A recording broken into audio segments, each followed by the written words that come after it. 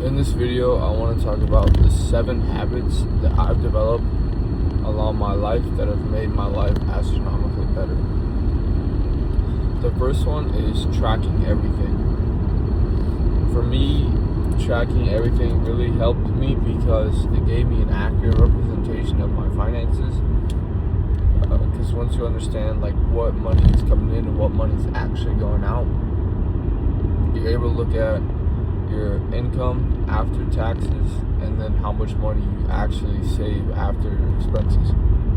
So then you understand your gross income, your profit income, and then the surplus, which is however much money you have after expenses and all your bills are paid. The reason this is super helpful is because a lot of people don't realize how much money they actually spend and how much money they actually earn. So you can earn $10,000 to $15,000, but if you're spending 90% of that, then you'd be better off just making 4 or 5 and saving 80 to 90% of that. And one of the reasons that tracking things is so powerful is because you become the third person perspective on your own behavior. So it holds you accountable for the action instead of just mindlessly doing things. And I think tracking finances specifically is one of the biggest levers or the biggest advantages that I've found for myself, because when you do work a lot more hours, obviously your income increases because you're spending more time working, which means you make more money for the time that you work. And I think a mistake a lot of people make is that when they do start working more hours, they start spending more money because they're making more money. And that's called lifestyle inflation. And this is dangerous because once you start working harder, the temptation to spend more or spend the money that you make increases, because now you're probably making more money than you made before. And once you start making more money, you start to realize how many things that you desire, how many things you want. You want to get a new car, you want to buy jewelry, you want to get tattoos, all these things. But once you actually start tracking your finances, you can detach from that and develop discipline. So that way, working harder allows you to invest the money that you make into your future instead of spending the difference that you're making from the increased work ethic versus your normal work hours. So tracking finances is the first habit. The second habit that I've developed that has helped me is waking up early. Now, to be honest, I do think this habit's a bit overrated on the internet. Just because if you just work a normal job, you probably already wake up pretty early. I see a lot of people, maybe it's just more specifically in the self-improvement space, or in the area that I watch content in. But I just don't understand why people give that advice so often to wake up early, because, like I said, if you just work a normal job, you'll probably get up at 7, 8 o'clock, Obviously, you should probably wake up a little earlier than that to get your own things done before you go to work, but I think the power in waking up early is that nobody else is up, and that way you can prioritize the actions required to get closer to your goals while you have no distractions and no demands on your time. For me, for work, I get up at 5:30 or about 6 o'clock, depending on the day. On the weekends, I do my best to get a little bit more sleep, and I'll usually get up around 6. And that's helped me because you develop a schedule, and going to bed at the same time, waking up at the same time is really good for your circadian rhythm, which will help your sleep pattern, and it helps your body start to release melatonin at the same time every single day. That way you have better sleep and you develop an internal clock that's accurate. The third habit that I've developed is tracking everything that I eat and how many calories I burn every single day. And this is similar to tracking finances, but this is extremely powerful because I think it's one of the main levers regarding fitness progress. You know, I see a lot of people now, especially with peptides, they want to do all the hacks. They want to find all the easy ways for everything. And if you want to just shortcut fitness, the quickest way to do that is to track your calories. You know, especially for me, I was a skinnier guy who wanted to build muscle, and I had a really hard time gaining weight. Excuse me. And it actually wasn't until I started tracking my food intake that I realized that I wasn't eating barely anything, and that's why I couldn't gain any weight. So once I started tracking my calories and made sure that I was in a caloric surplus, that's when I started putting on a bunch of weight, and I started getting way bigger. My list went up in the gym, and that's when I got addicted to working out, because I finally saw that progress.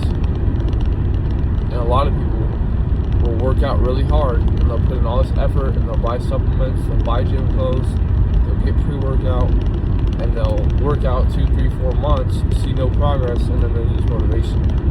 When the reality is, if you do it correctly, you can get in the best shape of your life in 90 days. You just need to track the food that you eat, especially if you're trying to lose weight, but even if you're trying to gain weight, because depending on what side of the spectrum you're on, if you're skinny trying to gain weight, your whole life you've underate, so you don't know what it's like anymore.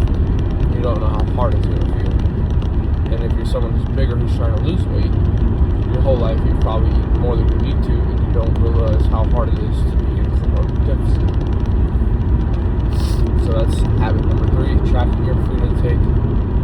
It's a big one. If you go to the gym or you have never been successful in your fitness journey, that's the one thing that you should do that will absolutely change your fitness goals and your fitness progress dramatically.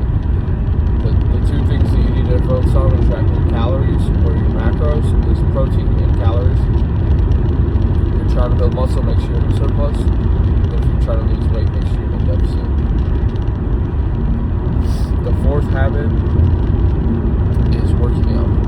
I think that working out is probably one of my favorite habits that I've developed. I started working out when I was about 16, and for me, it's amazing because it's such a good release. You know, it's really nice to just lift heavy ass weights after work or in my free time that I have. You know, 3 days a week.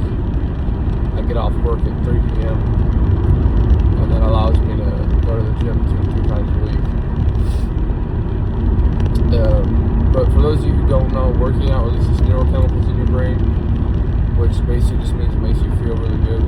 You know, it releases a lot of dopamine in your brain, and especially once you make progress and you start liking how you look physically, it's so addictive, man. Especially when you listen to some music, take some pre-workout, just lift some weights, you hit flow state. It's amazing.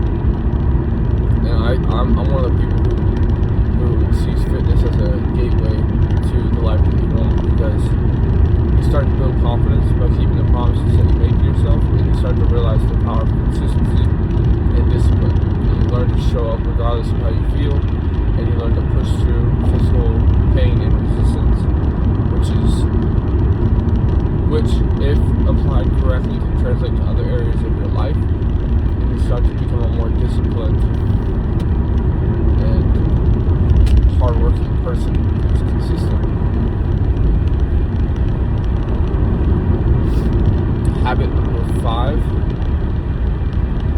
I would say, is kind of close to number 4, which is working out. But habit number 5 would be tracking my workouts. So just like tracking your food intake, tracking your workouts is one of the smallest things that most people don't do, which will make the most significant amount of progress towards your fitness goals. Because in the gym, most people don't increase the reps or the weight over time, so the difficulty never increases. Because of that, they plateau relatively quickly. So the easiest way to avoid that is to just track your lifts, your sets, reps, and weights, and then over time you increase the amount of reps that you do per set, and then you increase the weight, which is called a double progression model. So you always focus on the reps first, increase the reps, and then once you hit the top threshold of that rep range, then you increase the weight by 3.5 to 5 pounds, and you just rinse and repeat.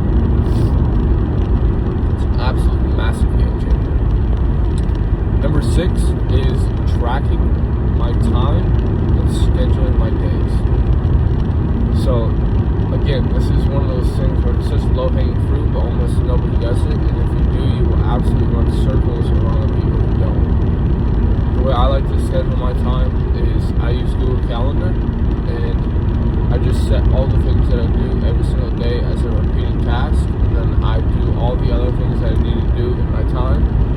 I schedule them around those times that I have for my fixed things. So for example, I work 7 days a week. I go to the gym 2 to 3 times a week. I wash my car once a week. I get a haircut every 3 weeks.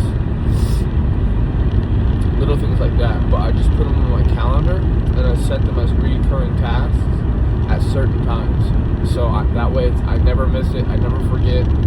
And it's important too the more you start to do, because if you're someone like me who's really busy, working 90 hours a week, going to the gym, making sure your haircut stays on point, making sure your car stays clean, not delegating house tasks and chores. It's a lot on one person's plate to manage without forgetting some of it or slacking in one of those areas. And tracking it on your phone, Google Calendar, gives you the bandwidth and the ability to, one, not think about it all the time, and two, it actually removes a lot of stress around it, because you realize how much time you actually do have outside of work, outside of your responsibilities, and it gives you the ability to better navigate those tasks without bandwidth spent and without stress. It's absolutely amazing. So I would heavily recommend using Google Calendar. And the 7th habit that I've developed that has really helped me is pretty correlated to one of the other ones I listed, but it's just doing my accounting every single day. Which means I look at my bank account every single day, I check my credit score every single day, and I move around money in my account every single day. And this is really powerful because it gives you an accurate representation of your financial situation. It builds financial discipline, and it makes you realize how far along your journey you are financially versus where you want to go. It also gives you an accurate representation of how much money you're spending, which again is pretty correlated to the accounting we mentioned earlier. But it's powerful because if you're not in the position you want to be financially, looking at your bank account will hurt, and that pain will cause you to change your situation and work harder and make more money. For me, I like it because ever since I did start looking at my bank account every single day, I worked dramatically harder and I was way better with my money, just because I had a real grasp on how much money was coming in my account, how much money was leaving my account. When I started to develop some financial discipline around my spending and my earning, and because of that, it dramatically changed my financial situation. So those are the 7 habits that I've currently developed as a 22-year-old man chasing his goals. I think that if you're interested in any of those things, you should certainly try them for 30, 60, 90 days and see if they help you at all. I think it would dramatically change your life if you applied all of them, but these are just the things that have helped me along my journey. So give them a try and see what helps. If you guys have any videos you would like to see from me, comment them down below and I'll work on getting those out. But until then, I'll see you guys next time.